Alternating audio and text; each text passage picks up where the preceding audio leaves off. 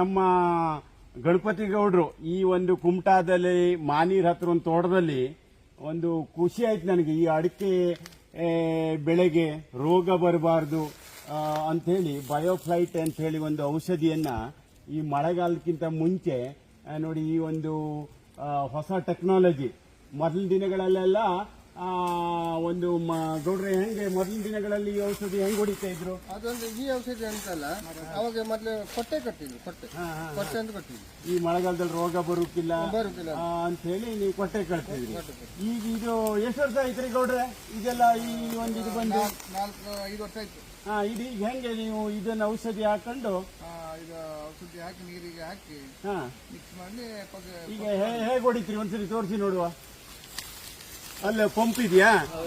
ಪಂಪಲ್ಲಿ ಇವರು ನಮ್ ದತ್ತುಗೌಡ್ರು, ಇವರೆಲ್ಲ ನಮ್ಮ ಸ್ನೇಹಿತರು ಇವರು. ಅದೀಗ ಪಂಪಲ್ಲಿ ಸ್ಟಾರ್ಟ್ ಮಾಡೋದಾ? ಮಾಡಿ ನೋಡಿ, ಇಲ್ಲಿ ಔಷಧ ಅಲ್ವಾ ಇದು ದತ್ತು? ಇದು ನೋಡಿ, ಇಲ್ಲಿ ಔಷಧ ಇದು ಮಾಡಿಟ್ಕೊಂಡರೆ ಇದನ್ನ ಈಗ ಇದರಲ್ಲಿ ಹೋಗ್ತದೆ ಅಲ್ಲ.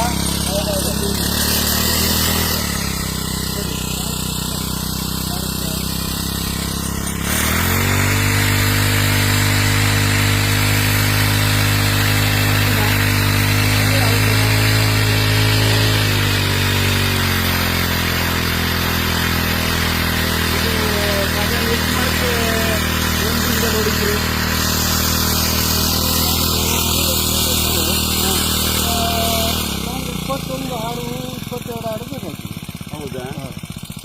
ಹಾಡಂದ್ರೆ ಇದು ನೀವು ಒಂದಿನಕ್ಕೆ ಎಷ್ಟು ಅಡಿಕೆ ಮರ ಕೊಡಿತ್ರಿ? ನಾವೊಂದು ಒಂದ್ ಎಕರೆ ಎಲ್ಲ 1,000 ಅಡಿಕೆ ಮರ. 1,000 ಅಡಿಕೆ ಮರ ಒಂದಿನಕ್ಕೆ?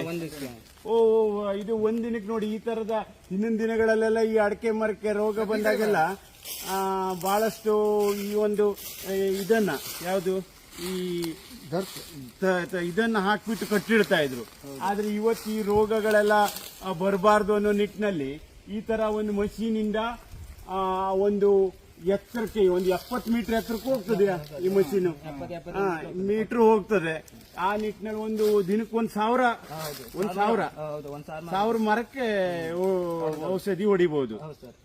ಇದರಿಂದ ಈ ರೈತರಿಗೂ ಈ ಕೃಷಿ ತೋಟಗಾರಿಕಾ ಈ ತೋಟ ಮಾಡಿದ್ರಿಗೂ ಅನುಕೂಲನಾ? ಅನುಕೂಲ ಇದೆ ಸರ್. ಈಗ ಏನ್ ತೋಟಕ್ಕೆ ಈ ತರ ಮದ್ದು ಹೊಡೆದ್ರೆ ರೋಗ ಈಗ ಏನ್ ಬರುದಿಲ್ಲ ಈ ಮದ್ದು ಹೊಡೆದ್ರಿಂದ? ಗ್ಯಾರಂಟಿ ಇರ್ತದೆ ಸರ್. ಮತ್ತೆ ಇದು ಹೌದಾ? ನಂತರ ಮಳೆ ಒಂದ್ ವೇಳೆ ಜೋರ ಆಯ್ತಂತ ಆದ್ರೆ ಇದು ಟೆಂಪರ್ ಮುಗಿದ ನಂತರ ಕಡೆ ನಾವು ತುತ್ತು ಸುಣ್ಣ ಹೊಡಿತೀವಿ.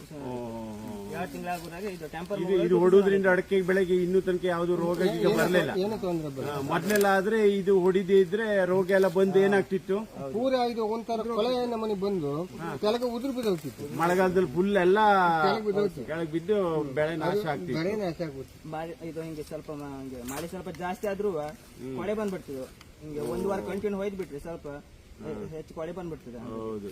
ನೋಡಿ, ಇದು ಪ್ರಯೋಜನ ಬರುದಿಲ್ಲ, ಕೊಲೆನೇ ಆಗೋದು. ನೋಡಿ, ಇವತ್ತು ನಮ್ಮ ಸ್ನೇಹಿತರು ಗಣಪತಿ ಗೌಡ್ರು, ದತ್ತು, ನಮ್ಮ ಅಣ್ಣ ಎಲ್ಲ ಬಹಳ ಖುಷಿ ಅನಿಸ್ತದೆ. ನಮ್ಮ ಈ ಆಧುನಿಕತೆ ಇದರಲ್ಲಿ ಈ ನಮ್ಮ ಹಳ್ಳಿಯಲ್ಲಿ ಕೃಷಿ ಚಟುವಟಿಕೆ ಹೇಗೆ ನಡೀತಾ ಇದೆ ಅನ್ನೋದನ್ನ ನಮ್ಮ ನಗರ ಪ್ರದೇಶದ ವಾಸಿಗಳು ತಿಳ್ಕೊಳ್ಬೇಕು ಅಂತ ಹೇಳಿ ನಾನು ನಮ್ಮ ಗಣಪತಿ ಗೌಡ್ರು ಇಲ್ಲಿ ಮಾಡ್ತಾ ಇದ್ದನ್ನ ನೋಡ್ಲಿಕ್ಕೆ ಅಂತೇಳಿ ಬಂದಾಗ ನಾ ಈ ಒಂದು ವಿಡಿಯೋವನ್ನ ಮಾಡಿ ಹಂಚ್ಕೊಳ್ಬೇಕು ಅನಿಸ್ತು.